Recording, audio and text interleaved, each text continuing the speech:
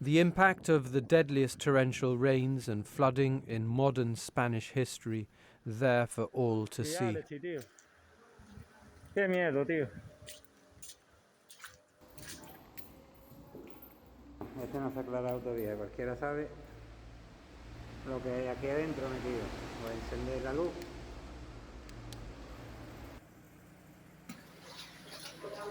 Vale, vamos arreglado para venir aquí y sacar coches. Tanto casillo, están marcados. Están todos los coches vacíos. Every time I went into one of those garages, I always used to say, okay, before we even think of taking a car out of here, we need to check these cars. We don't know, you know, and then the last thing we wanted to do was to be in our car in front of the happy neighbors, you know, because we always got clapped whenever a car came out, and out of that happiness find ourselves with a bad image, you know. So for me personally, I think that was the most intimidating part. That's every single car I went to check, including Justin, you know, we didn't know.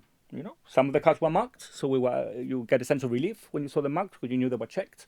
But there were other cars, as many people have probably seen on some of the videos, that were not marked. And it's quite a scary moment when you break that window or you open that door, and you have to put the eye inside there. It was a lot of pressure, and it was a lot of. You had to be very careful how you did things. You know, it's pretty surreal.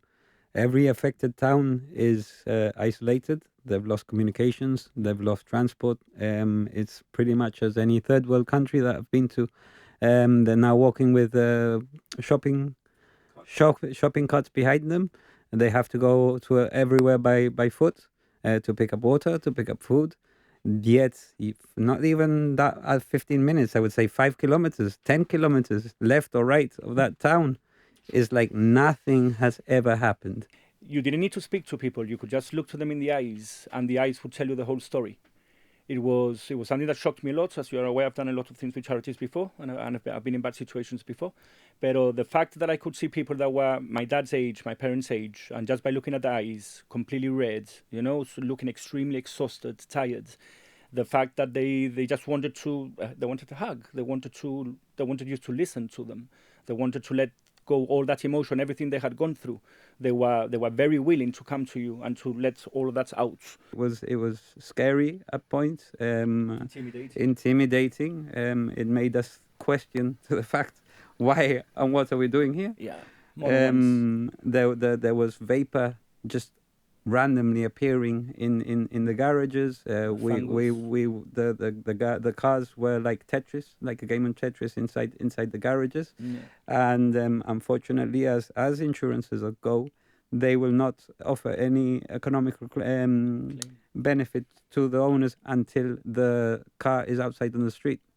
So they're left without transport, they're left without anything, and not even help to take out those cars out onto the street so they can start rebuilding their lives.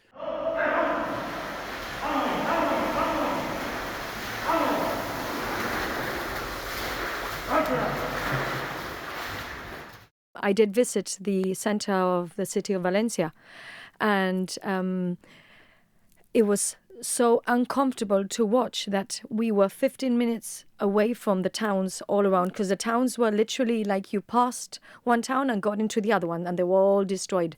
It was so uncomfortable, and to watch how everyone was going on with their lives. And I just arrived, I just got back from a town 15 minutes away, and it was like, are we in the same country? Are we in the same place? It was really, really uncomfortable. It was really, really, really scary to think that just people so sudden, they just get on with their lives. And I suppose that's human nature, no? Nicole, I want to ask you, because we had emergency response consultant Joe Bishop sitting there a few days back saying that he thinks that donations in kind are generally not recommended, that financial donations are better. What would you say to that? Financial donations are better if you yourself is going to be the person to take in the money and spending it and using it wisely. If you're going to send the money to an organization that's going to keep the money for a rainy day, or keep the money to spend it in 3 years' time, or for another disaster to happen in the world, then there's no use. The easiest thing, yes, would have been to send the money off to an organization and you wash your hands and that's it.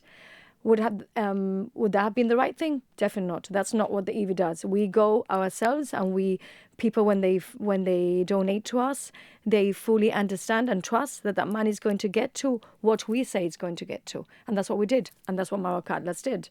The cleanup and recovery efforts for Valencia continue. The stories shared by these volunteers give us an insight into just how much heart is being poured into it.